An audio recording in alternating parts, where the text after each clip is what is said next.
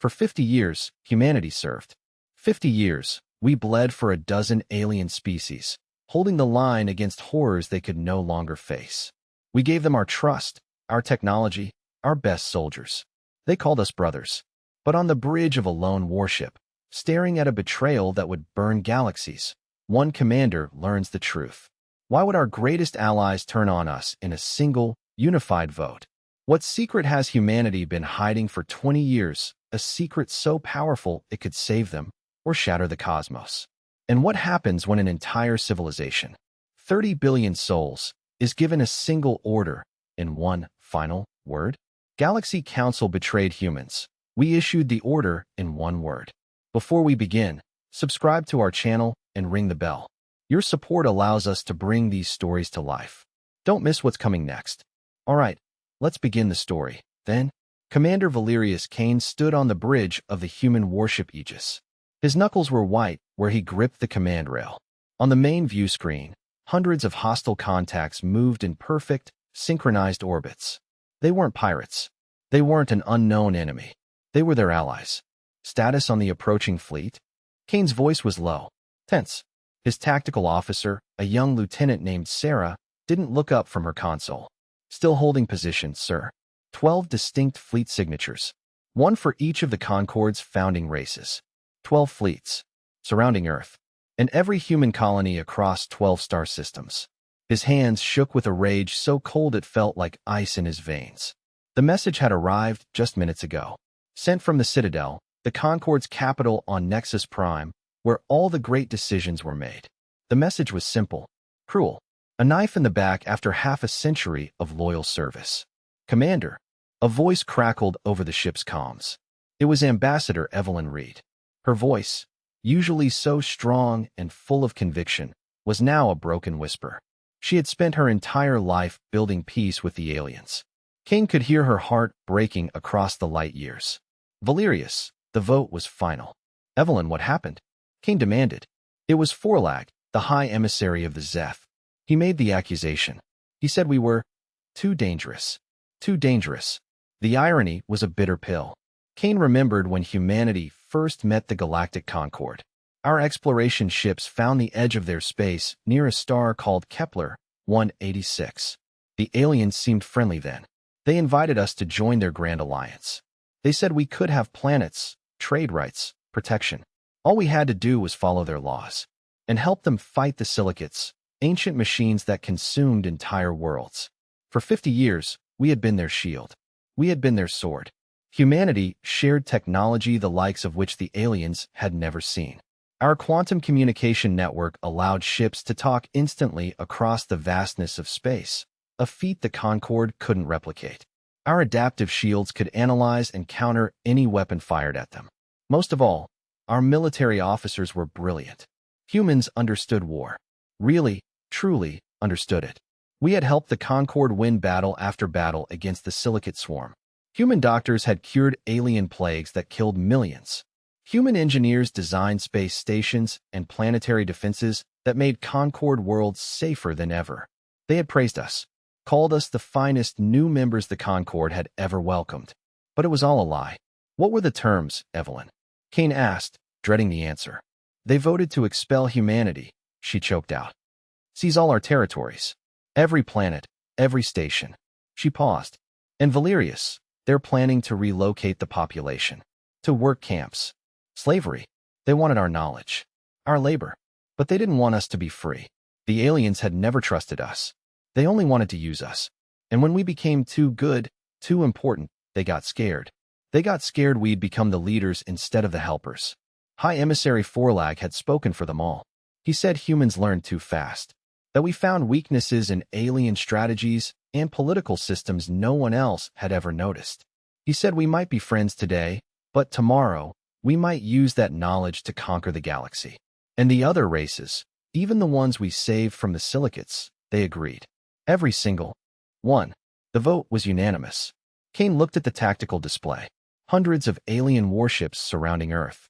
For billion humans going about their daily lives, completely unaware that their government had just been betrayed by every ally they thought they had. More fleets were moving toward the mining colonies in the Alpha Centauri system. The research stations near Proxima Centauri. The farming worlds that fed our 30 billion citizens scattered across the stars.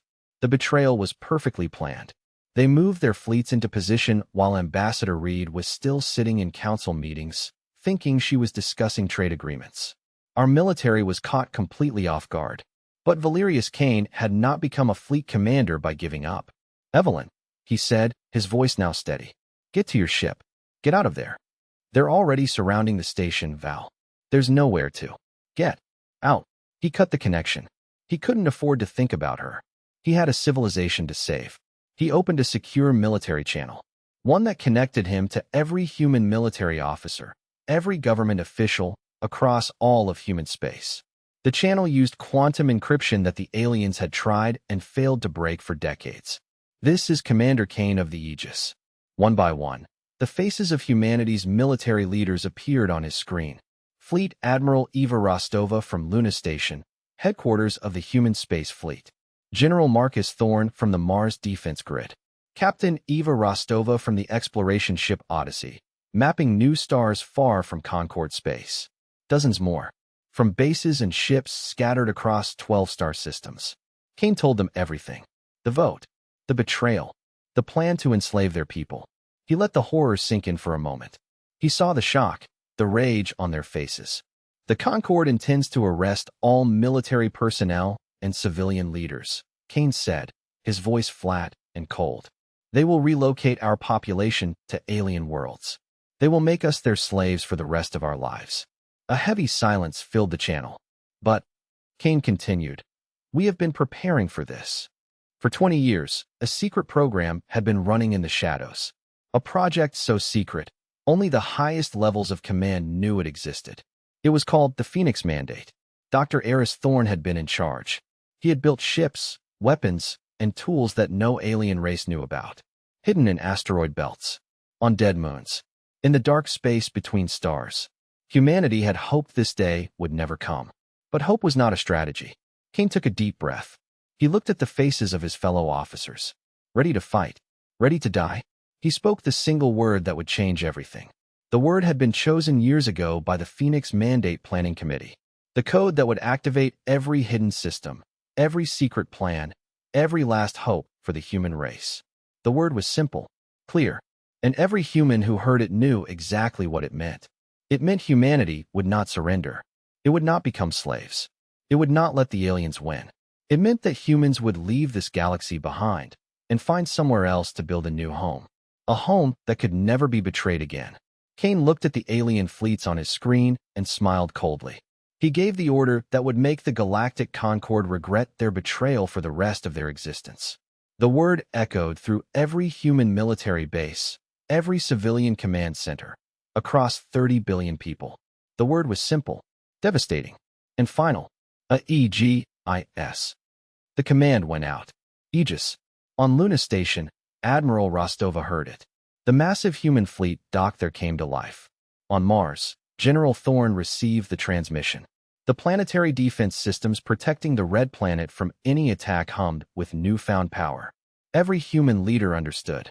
They had all been briefed on the Phoenix Mandate. They had all hoped they would never need it. Aegis meant humanity would abandon this galaxy completely and take everything of value with them. The aliens who had betrayed them would be left with nothing but empty worlds and broken dreams. Dr. Eris Thorne had spent 20 years preparing for this day. In secret labs hidden in asteroid belts and on moons the Concord had never bothered to investigate.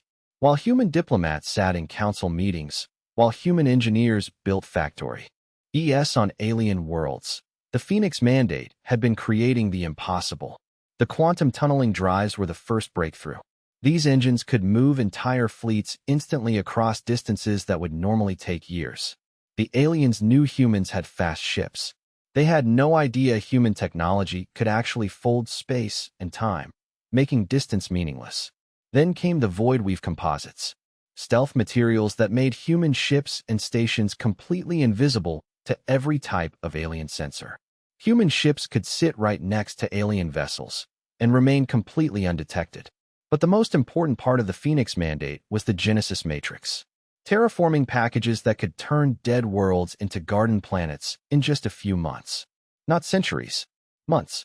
Each Genesis matrix contained billions of engineered organisms that could process any atmosphere, any soil, and create the perfect conditions for human life. The moment Kane spoke the word Aegis, every human ship and station in the galaxy activated systems the aliens had never seen. Civilian transports that looked like simple cargo vessels suddenly revealed hidden compartments. Thousands of hibernation pods, ready to carry our people to a new home. Research stations began disassembling themselves into modular components, ready to be loaded onto ships and rebuilt anywhere else. The evacuation happened faster than any alien race could react. Earth itself had been prepared. For decades, we had been building hidden tunnels and underground facilities. The aliens assumed it was just human paranoia, a fear of asteroid strikes or solar flares. They were wrong. The entire population of Earth was moved through teleportation networks to ships waiting in deep space. Admiral Rostova coordinated the Luna station evacuation, watching the alien ships approach Earth on her tactical displays. The alien fleets were moving slowly. Carefully. They expected resistance. They wanted to minimize damage to the planet they planned to occupy. They had no idea that humanity was disappearing right under their noses. The mining colonies in Alpha Centauri vanished first. Thousands of transport ships loaded with people and equipment jumped instantly to predetermined coordinates in the empty space between galaxies.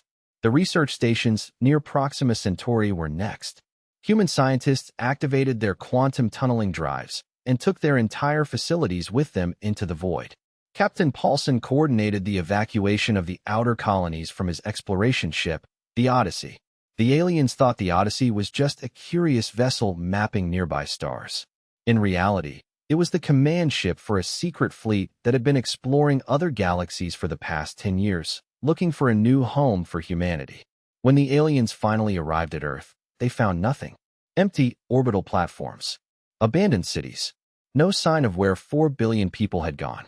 The massive orbital factories that had produced goods for trade throughout the Concorde were completely empty, but undamaged. It was as if the workers had simply stepped outside for a moment and forgotten to come back. On Mars, the alien landing parties found empty settlements and silent defense installations. The underground cities that had housed human families for generations were clean, organized, but completely vacant, as if no one had ever lived there at all. High Emissary Forlag commanded the fleet that reached the Alpha Centauri system. He expected to find the richest human mining colonies, still operating, ready for Zeth occupation. Instead, his sensors showed nothing but empty space. No trace of the massive mining operations that had supplied the Concorde with rare metals for decades. The alien races had prepared for battle, for a siege that might last for years. They had not prepared for humanity to simply vanish and take everything of value with them. The human evacuation was so thorough that the aliens found empty buildings, empty warehouses, empty spaceports. No equipment, no supplies, nothing useful left behind. Even worse for them was the discovery that humanity had been far more important to their civilization than they ever realized. Human engineers had designed the communication networks that connected all Concorde worlds. When we left, we took the knowledge needed to maintain those systems. Human doctors had been treating alien diseases.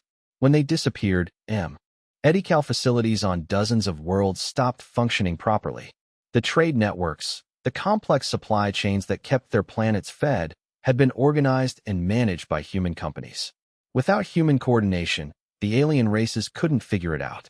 Dr. Eris Thorne smiled as he watched the final transport ships leave the galaxy behind. He was on the bridge of the sanctuary, a massive arc ship carrying the collected knowledge and genetic material of Earth. They were heading toward their new home, a home that human scouts had prepared in a distant galaxy where no alien race had ever traveled. The evacuation had taken exactly 6 hours and 43 minutes. It had moved 30 billion humans and all their important technology across millions of light years to safety. The Galactic Concorde had betrayed humanity, but in doing so, they had freed us from any obligation to help them survive what was coming next. 2 years passed. Captain Alara Vance stood on the bridge of the colony ship New Dawn. On the main screen, their destination grew larger. A small, pristine galaxy, completely empty of any spacefaring civilizations. Human scouts had named it Haven. The journey through the void had been long, dark, but humanity had used the time wisely. Dr. Thorne had led research teams on dozens of ships as the human fleet traveled. Freed from the restrictions and regulations of the Galactic Concord, his scientists had made breakthroughs that would have been impossible before. Without alien oversight, human engineers developed molecular assemblers that could build entire cities from raw materials in weeks. Human biologists created enhancement programs that improved human strength, intelligence, and lifespan. Most importantly, human weapons designers built defensive systems that would ensure no alien race could ever threaten humanity again. The Haven galaxy contained thousands of worlds perfect for human habitation, and millions more that could be terraformed quickly using the improved Genesis matrix. Lieutenant Anya Rodriguez was on the science vessel Breakthrough. Her job was to monitor the galaxy we had abandoned. The news from Concord space was getting worse every month. Without human tactical expertise, the remnants of the silicate swarm had regrouped. They launched new attacks on Concord worlds, using strategies the aliens couldn't counter. The Concord member races were also fighting among themselves. War had broken out over the empty human territories and the abandoned human facilities that no one knew how to operate. The Zephyrians were at war with the Cthar over control of the orbital factories. But the alien races were discovering that human technology was far more complex than they had realized. The factories were empty shells. We had taken all the important components with us: the quantum computers, the molecular assemblers, the artificial intelligence systems.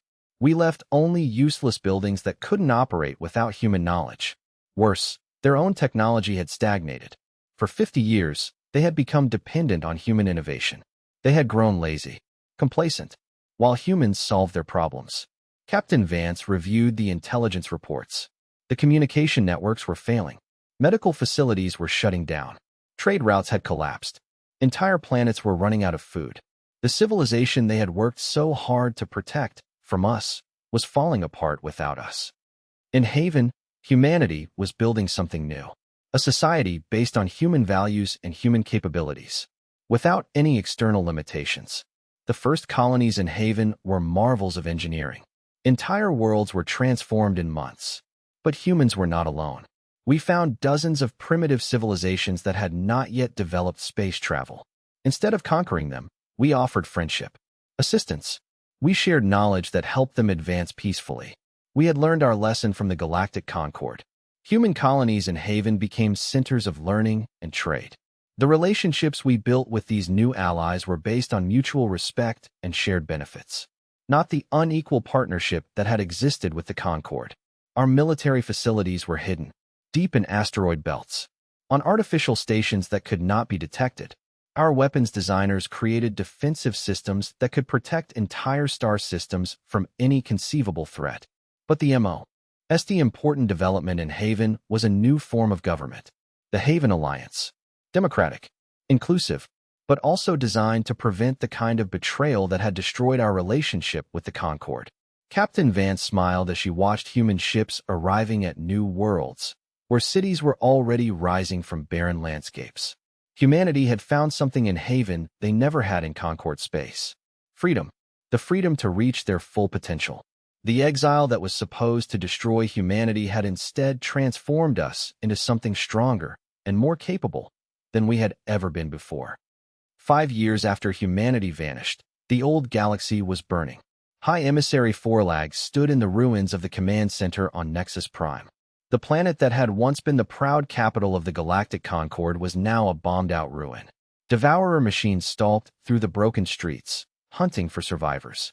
Without human strategic advisors, the alien military commanders had made mistake after mistake, losing fleet after fleet to an enemy they should have been able to defeat. Forlag was now the supreme chancellor of what was left of the Concord. A meaningless title. Half the member races had declared independence. The other half were too busy fighting each other. The economic collapse had been even worse than the military disasters. The communication systems were failing. Entire planets were cut off, unable to call for help when the silicates attacked. But the worst part for Forlag was the growing realization a dozen former Concord member races had petitioned to leave the Alliance completely and join something called the Haven Alliance. Refugee ships that escaped from silicate attacks brought stories of human rescue fleets, appearing without warning to evacuate alien civilians before disappearing again into unknown space. Lieutenant Colonel Ben Carter commanded the reconnaissance vessel Shadow Walker. It drifted invisibly through the ruins of a Zeth fleet. His ship used stealth technology generations beyond anything the Concord races had ever seen. The Shadow Walker was one of dozens of human intelligence-gathering ships that had been monitoring Concord space for the past 5 years. Humanity had never really left. We had maintained a network of hidden observation posts, stealth vessels, to keep track of what happened to our former allies. The intelligence reports painted a picture of complete civilizational collapse. Carter watched Forlag's emergency fleet limping back toward Nexus Prime after another disastrous battle. He felt a mixture of satisfaction and pity. The Council races were learning too late. They had destroyed the only thing that had been keeping their civilization alive. Carter received new orders from Human Command. Initiate the next phase. Make contact with certain Council leaders who might be willing to negotiate for humanity's return.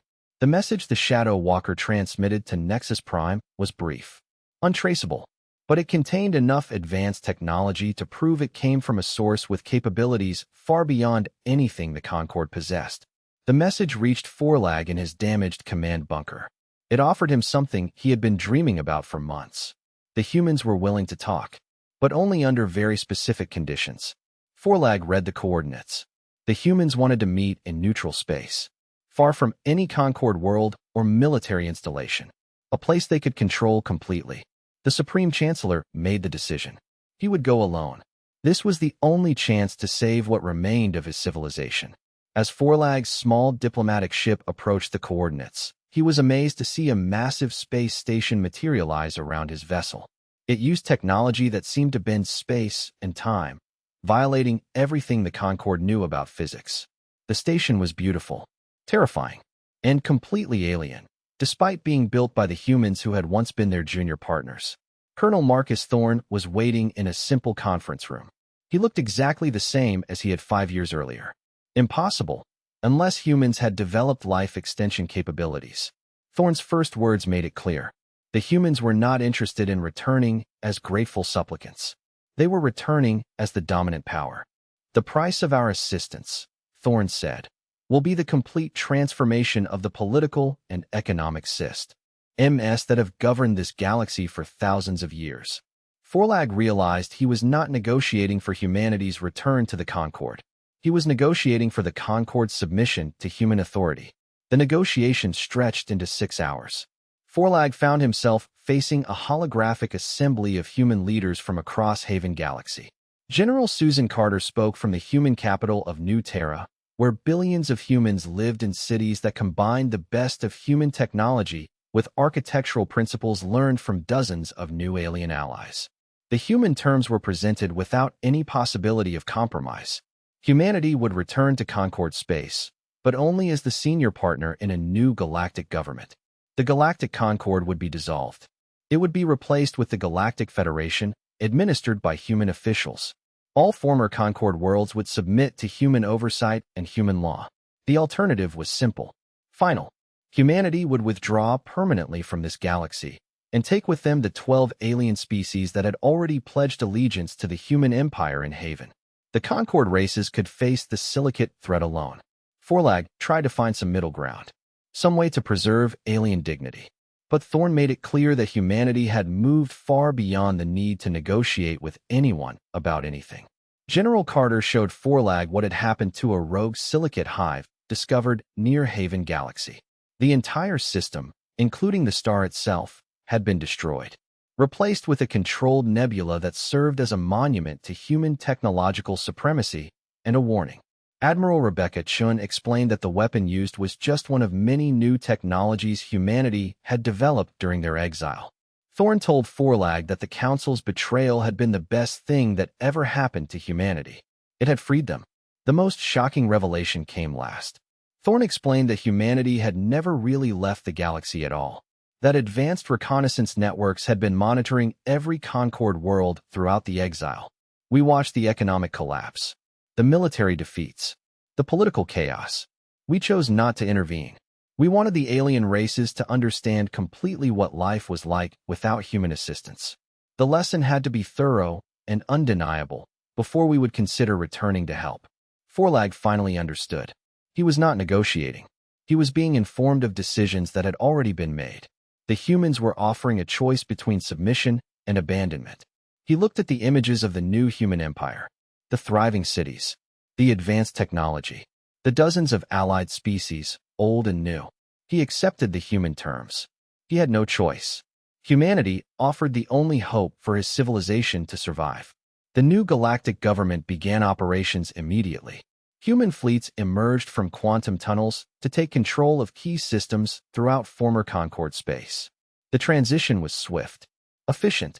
Humanity had spent 5 years planning every detail of their return. The word Aegis had begun as a desperate escape plan, but it had become the foundation for humanity's transformation into the guardians and rulers of galactic civilization. The aliens who had betrayed humanity out of fear had created the very thing they had been afraid of. But they had also created protectors. Protectors who would ensure that such betrayals could never happen again.